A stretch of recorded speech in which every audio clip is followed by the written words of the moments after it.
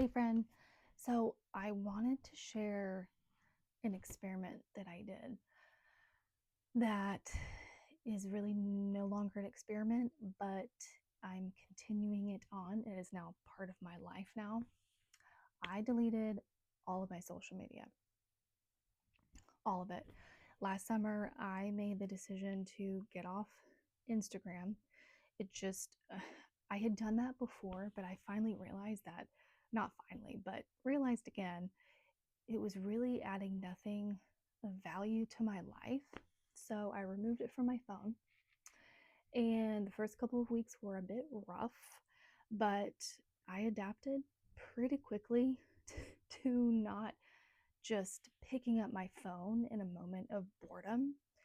And then in December, this past December, I went even further and I deleted all of my social media accounts. So last summer, took the apps off my phone and I would hop on the web browser for Facebook, but didn't really use it like I did Instagram. Instagram for me was like my kryptonite.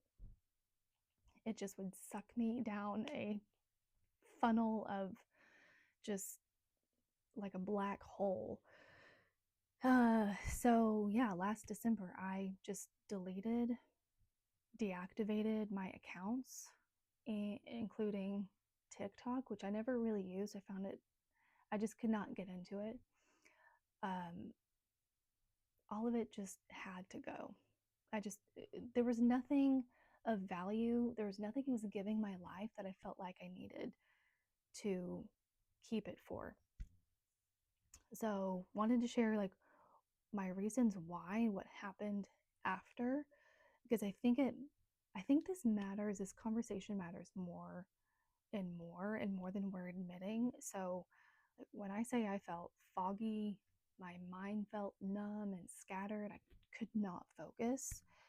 I was living inside of a system that was quietly and perniciously rewiring my brain.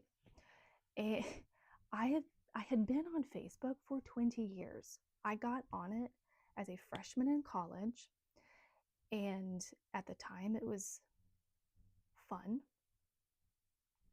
but 20 years. That's how long I have been on social media as a whole. Nearly half my life. Scrolling, posting, curating, connecting. And what I realized is that it produced nothing of value. Truly, looking at the end of the day, there was nothing of value that it brought my life. It did not actually make my life better. It's wild to me. Everyone that's important in my life, the people I genuinely love and care about, none of them left my life when I quit social media. And I didn't think that they would, but the truth is that real relationships and connections don't live on Instagram. They don't live on Facebook. They don't live in Messenger. They live in your actual life. Real connections have phone numbers attached to them, emails attached to them. They show up in your actual life, in your real life, not in your notifications. Uh, Instagram for me was like a drug. And it didn't just take my mind. It took it took my time, it took my engagement, it just took a lot. Hours would disappear. I would look up and realize I've been scrolling for 2 hours and I could not tell you what I had just watched 2 minutes ago. Completely left my brain. And my brain, as a result, was foggy. I just could not pay attention. My creativity was gone. I wasn't doing the things that I wanted to do, that I said I wanted to be doing. I was just consuming, endlessly consuming. And I heard of a Harvard physician, I hope I get her name right, Dr. Aditi Narakar, who was explaining that after any kind of digital interruption on our phone, it takes the brain 20 minutes to fully refocus. 20 minutes. So it's not that we're suddenly incapable of deep thought or being able to engage. We are. It's that our minds are not getting enough uninterrupted silence to actually enter into these moments deeply. So there's another aspect of this that does not get talked about enough. And it's the fact that there is a spiritual dimension to this that, again, just does not get talked about enough. We are living in a war for our attention, for our minds, for our spirits. And I don't say that lightly. That is not hyperbolic or an over exaggeration. Social media is engineered, literally designed by people who are experts in understanding psychology and neuroscience in order to keep you hooked. That is the point. The point is to make you feel like you're missing out and you have to keep checking your phone or you're not going to be informed. The point is to assault your mind with constant noise and interruption so that our brains can never have a moment to metabolize and think critically about the things that we are seeing and reading and engaging with. Our brains were never meant to process this amount of stimulation and speed at which it's coming at us. So it's like, what are we feeding our minds? What are we feeding our spirits? Because I think social media seemed innocuous at first. Just got a message my friend, or just a quick scroll, or I'm in between meetings, or I'm waiting for my coffee to be ready at Starbucks. And then before you know it, you're in a doom scroll for an hour or two. And that is time that you will never get back. That was time that I will never get back. And I guarantee you don't remember what you just watched 5 minutes ago. As soon as you close the app, could not tell you any of the reels that I thought were funny. Could not tell you, oh yeah, I remember that one reel that I watched 3 months ago. It just really made me laugh so hard. I don't remember. I have no idea. And Dr. Aditi also has a term for this, and I think it's so great because it's a perfect description of how I felt like my brain was. She calls it popcorn brain. Like, our nervous systems get trained to expect that constant stimulation. It's like notification after ping, after scroll, new video. And when we try to sit in silence, it's almost painful. And you feel this just really uncomfortable restlessness, and you just can't be still. And I don't think that is a weakness. That is a nervous system that's been constantly overstimulated for years and years and years. And I think we tell ourselves that we need social media to stay informed, to stay connected, so we don't miss out. But our minds were not created to have access to every single piece of information or news that is happening in the world at any moment. We are not meant to be constantly assaulted by news cycle after news cycle after news cycle, which is also engineered to keep you hooked and to keep you afraid and to keep you rage watching, fear watching. We're not meant to have access to everybody's constant outrage or clickbait or people's highlight reels to show how curated their life is. It's not real. And what I realize is that I have not missed out on anything that actually matters. That's the crazy thing. I am not less informed about the things that I genuinely need to know, but I am freed from that anxiety, the constant comparison, the sense, that feeling that I am perpetually behind or not enough. All of that has been silenced. And I think the research, or ongoing research, is showing that the average attention span on a screen is now around 47 seconds. We've been trained out of being able to pay attention. So if you have made it this far in the video, congratulations. And, I'm sharing this on YouTube, and I know some people might call YouTube social media, but I don't necessarily see it the same way.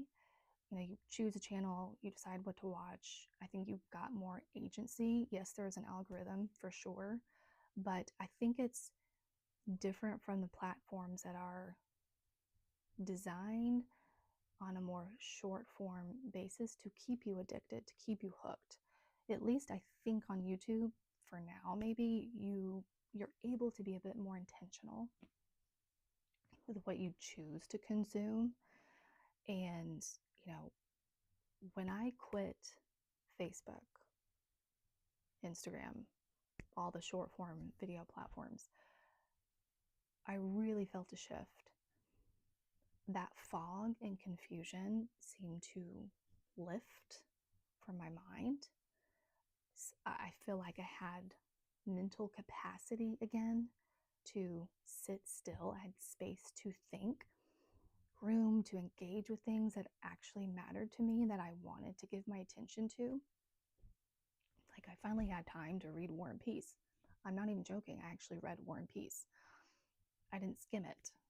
I, didn't pick up my phone in between chapters.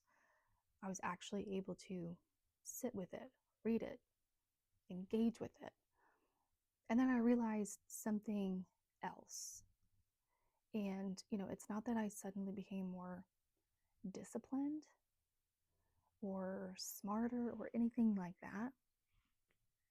It's that my brain finally had that uninterrupted time that it needed to think. And our brain needs space in order to be creative. Your brain has to have time to percolate and find connections between different things. That's how you become creative. You have to have that downtime. You have to have that quiet time. And when you stop breaking your attention every few minutes, your mind slowly remembers how to think deeply again. Your brain is already designed that way. It needs the building blocks in order to be successful with that. It needs that space. And I'm reading other classics again. I'm reading scripture more intentionally now. Essays, other books. I'm writing again. I'm being creative again. I'm taking art classes, listening to, courses on music history, things that I actually wanted to be doing, but I just wasn't, because I was scrolling and scrolling and scrolling. And, I'm noticing the beauty in ordinary moments again. Birds that are sitting outside of my window in the trees, listening to classical music or Bach on my record player, engaging more with my morning coffee ritual, just being more present instead of mentally being somewhere else. And, I think the other thing that hit me is that I realize that time is passing even more quickly. I don't know if this happens as you continue to get older, but I just feel like time is passing so much faster, and how finite time is, and that every hour that I spent mindlessly scrolling again, was time that I was never going to get back. There was no return on that time. There was nothing of value that it created in my life. And so, if you've been thinking about doing something similar, maybe it feels too extreme to completely delete all your social media, but I dare you to do it. I just dare you to do it. You know, at least try it for 30 days. Remove all the apps off of your phone. I promise you, you will not miss it. You might initially, but when you get into that, when you retrain your brain to not reach for social media, to reach for your phone in those moments of quiet, it is okay for you to be bored. Boredom is a good thing. So, the point isn't jumping on a digital detox trend. This is a lifestyle. This is a way to get your life back. It's a way to get your mind back, your attention back. The most precious commodity we have right now is our attention, because what you give your attention to unfolds in your life, manifests in your life. So for me, getting off social media was not about finding balance or moderating my use. I just had to cut the cord. I had to get my attention back. Your attention is sacred. Your attention is sacred. So take it back. Taking back your attention is an act of willful defiance. It's choosing. It's you choosing again what you think about, instead of letting a machine, letting a system that does not actually care for you decide what you get to think. So I don't think I'm exaggerating when I say that this has been one of the most spiritually significant decisions that I've made, because I'm taking back my attention. I am getting to choose what I feed my mind and my spirit and my heart. And if you're feeling that pull, that sense that something isn't quite right, that you're wasting time, that you're never going to get back, trust that instinct. It's not anxiety. It's not fear. That is wisdom. And so for me, I do not have FOMO, that fear of missing out. I have ROMO, relief of missing out. And I don't feel captive by a system that was designed to keep me mentally enslaved. So ultimately, we don't need social media. You need your life back. We need our lives back. And your life is waiting for you when you are ready to pick it back up again. But I wouldn't wait. I would not wait. Do the hard thing. You are capable of doing hard things. And this will feel hard initially, but the return that you will get because of it will change your life more than watching an inspirational 30-second Instagram reel. I promise you.